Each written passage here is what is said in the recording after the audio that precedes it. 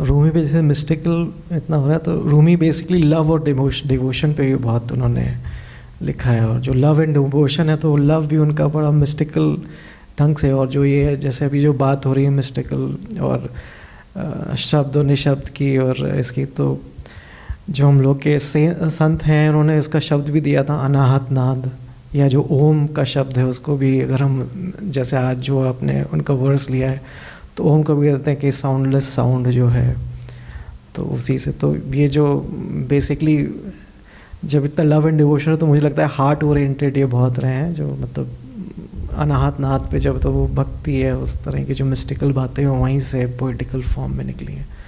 तो इस पर कुछ अनाहत नाद और इस पर कुछ बताइए। देखिए, सूफी तो लव और डिवोशन की चीज़ है ही है।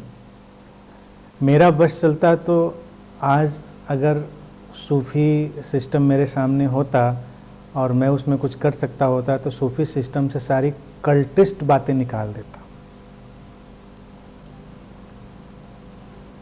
और हिंदुओं से भी निकाल देता। यानी कि जब हम किसी प्रेम के दर्शन को सामने रखें तो उसमें ना हिंदुत्व की गंध हो, ना इस्लामिक गंध हो, कुछ भी ना हो। उन्होंने टर्मिनोलॉजी वो उपयोग करी, ये उनके उस समय की सांस्कृतिक चलन की बात हो सकती है। आने वाले वक्त में मैं ऐसे ही रिलीजन को देखना चाहता हूँ जिसमें ना हिंदुत्व की बातें हों, ना किसी भी संप्रदाय धर्म की बात ना हो। सूफी संतों को ऐसे ही देखना चाहिए। अदरवाइज अब आप देखें, सूफियों को अगर हम देखें तो सूफियों की मज़ारें बनेंगी, ओपन माइंडेड वो कहे गए हमेशा, लेकिन मज़ारें ही बनती हैं, सूफियों के मंदिर तो नहीं बने। ये क्वेश्चन बना रह जाता है। तो कुछ सूफी मंदिर बनाते, कुछ सूफी मज़ार बनाते, या वो कुछ भी ना बनाते, वो कुछ भी ना बनाते तो भी चलता।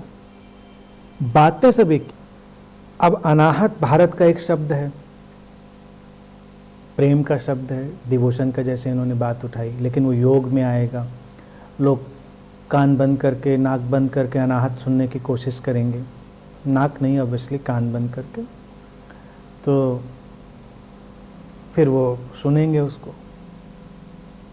फिर उनको लगेगा जैसे हमने कुछ बड़ी अद्भुत चीज़ खोज ली है। लेकिन हर चीज़ यहाँ कॉन्सेप्ट में कही जाती है, ये हमेशा ध्यान रखने की बात होती है। वो कॉन्सेप्ट है, वो ट्रुथ तो है नहीं, वो कॉन्सेप्ट है। अनाहत का मतलब यही कि जो किसी को आहत ना करे।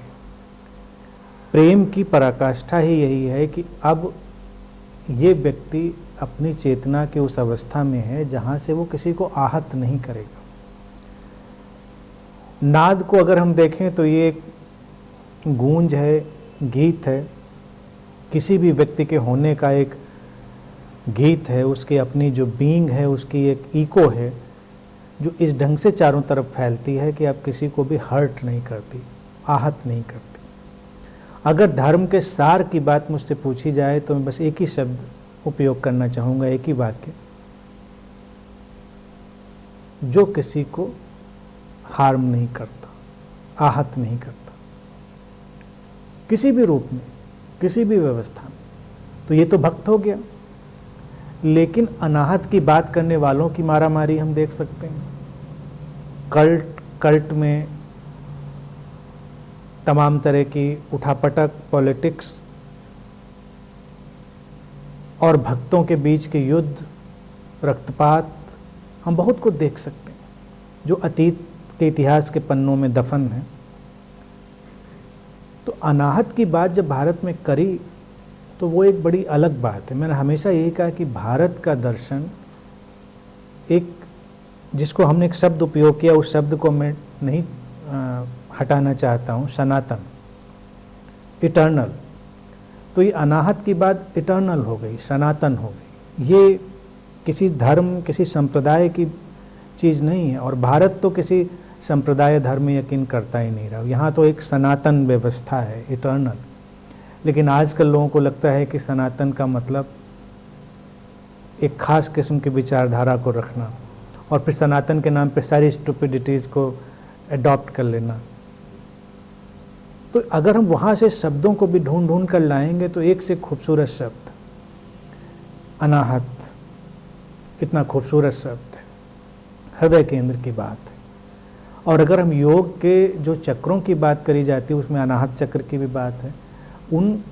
उन शब्दों को हमने कई बार बोला है, कई बार डिफाइन किया है। उन शब्दों को भी अगर हम देखें एज ए कंसेप्ट तो हम हैरान रह जाएंगे कि क्या बात उन लोगों ने कही। जो भी शब्दों की बात चली, शब्दों में क्या कह सकते हैं, शब्दों में हम इतनी ज़्यादा प्रिसाइज बात कह सकते हैं। और कई बार हजारों प्रयोग करने के बाद ये शब्द लें कि ये शब्द लें, एक खास शब्द चुन लिया जाता है। तो भारत में उन्होंने हृदय के लिए चुन लिया अनाहत। प्रेम वही जहाँ पर आहत ना हो कोई।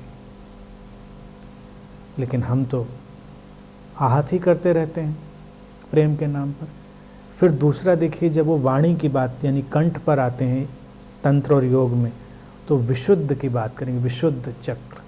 अब लोगों को लगता है उसको जागृत करना है, उसमें कुछ ऐसी मैकेनिज्म डालनी है कि उसको हम जगा लेंगे। क्या जगेगा? कुछ नहीं जगेगा। विशुद्ध शब्द में ही एक कंसेप्ट है कि जब हमारी वाणी इतनी शुद्ध हो जाए, प्योर हो जाए,